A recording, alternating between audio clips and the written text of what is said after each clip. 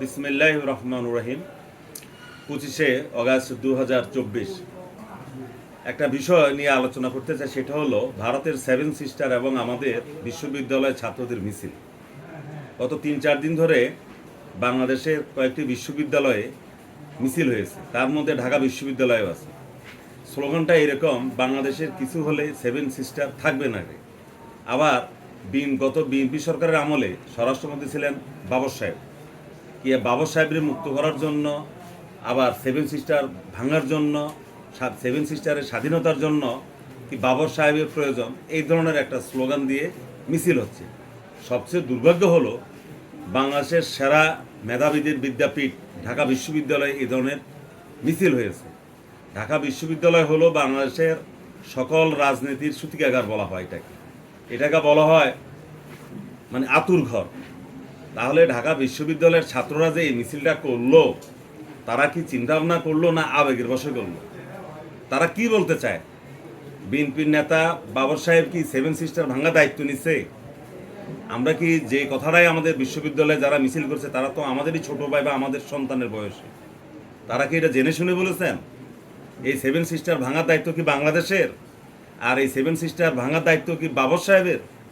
এই যে আমরা স্লোগানটা দিলাম, এই স্লোগানটা আমরা কার পক্ষে দিলাম? এই যে স্লোগান দিয়ে বিএনপিকে এখন একটা কাঠগড়ায় দাঁড় করিয়ে দেওয়া হয়েছে সারা পৃথিবীকে বোঝানো হচ্ছে যে বিএনপি বা বিএনপির নেতা বাবর সাহেব ইচ্ছে করলে সেভেন সিস্টারকে ভেঙে টুকরো টুকরো করতে পারে।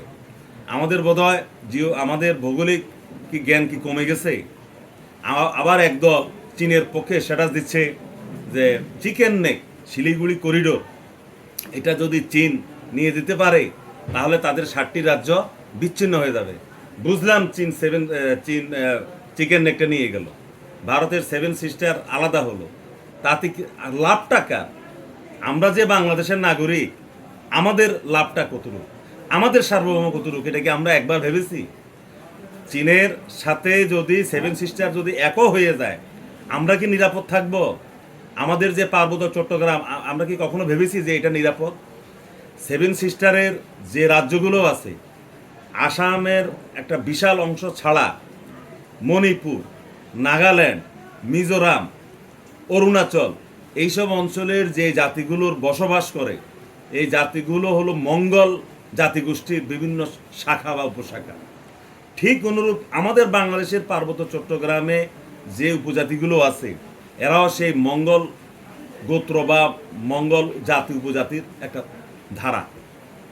তাহলে সেভেন সিস্টারকে যদি আমরা বলি চীন দখল করবে, আমরা তালি মারব, তাহলে চীন তো কদিন পরে তো আইসা আমার পার্বত্য চট্টগ্রামে উঠবে। এই কথাটা আমরা কেন বুঝতে পারি না? বার্মার সাথে হলো চীনের সাথে সবচেয়ে ধরম মহরম। বার্মার যারা সরকারি বাহিনী, তারাও চীনের সাথে ধরম মহরম।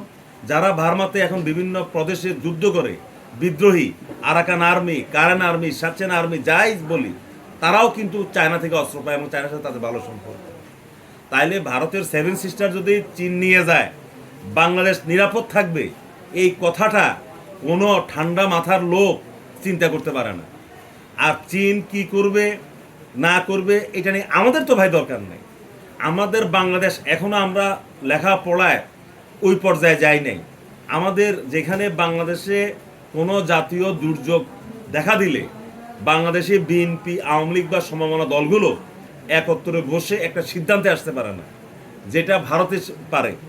ভারতে যে গালওয়ান প্রদেশে গালওয়ান অঞ্চলে যে চীন এবং ভারতের মধ্যে যে কনফ্লিক্ট বা যুদ্ধ হয়েছে, সেখানে ভারতের সকল রাজনৈতিক দলগুলো একত্রিত হয়েছে এবং সকল দল একত্রিত হয়ে বিজেপি সরকারকে বলেছে যে আপনারা যা করেন আমরা রাজনৈতিক দল হিসেবে সমর্থন করব ভারতের নিরাপত্তার স্বার্থে।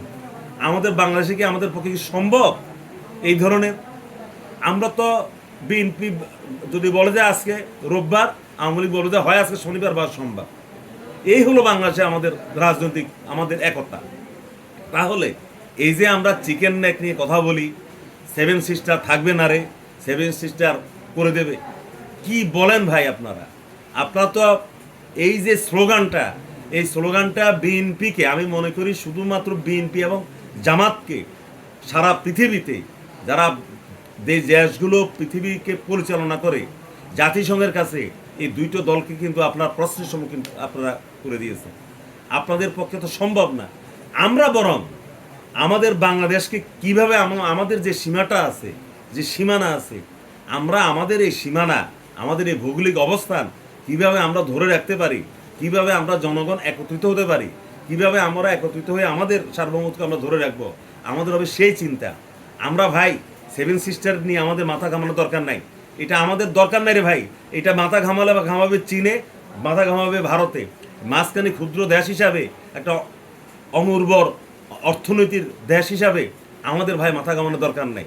আমার এই ভিডিওটা যদি কারো খারাপ লাগে আমার গালি দেন, আমার কোনো আফসোস নাই, কিন্তু আমি বাস্তব সত্য কথাটা বললাম।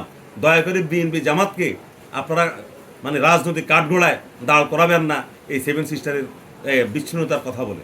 ধন্যবাদ সবাইকে।